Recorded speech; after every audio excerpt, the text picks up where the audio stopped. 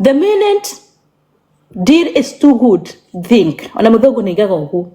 When deal is too good, think twice. Deal yaku irokire na ihenya muno, na irokire na guthukiria muthuri waku ritwa. You become famous like this. You didn't dig yourself. You didn't come here like kina watu wa Waithero wakasema tuliuza kuma tukajiaibisha. Wewe ulikuja tu hivi na deal yako hivyo ilikuja ndio inaangukanga. Because first things, you are not content creators.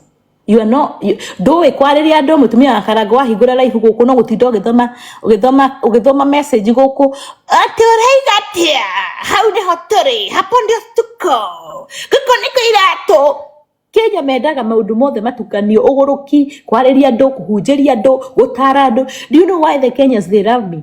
Because me I mix everything. Nikiona saizi Kenya wataki hizi story naingia kwa pasta na kuwa pasta. Nikiona pasta imekwama naingia kwa kukula. Nikiona kumekwama naingia kwa kuuza kuma. You don't know how to mix everything on social media mutumia akarago. So tufesa tu ugia tuonire othio hingore kawira riu we mwandikwa. Urandikwa ni andu na ndio semana kwandika ni tondu wa tufiwa turia wina tu. The minute urero kama na 66 viewer taisi ciakwa. Maira macio mothe koma. Okay? The men is too few tu turiaga.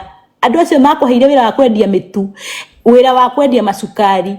Ni tondu ni reingiraga live ugakorwo na muingi. Rĩrĩa ũrĩingira live ukorwo na viewer taisi 60. Uligwa hurero thimu ni ya Kenya. Unajua business yangu siku hizi haipati kazi, tutakaa chini tuone kama utarudi mwezi wa 10. Kasi finish.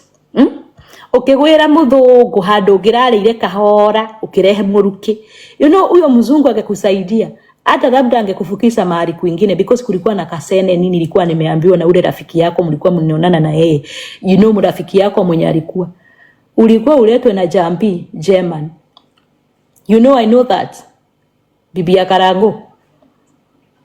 Juu ulikuwa unaitwa Jambi ni bibi ya mzungu. Imagine alikuwa amepata baka opportunity ya kupelekwa Germany huyu mama.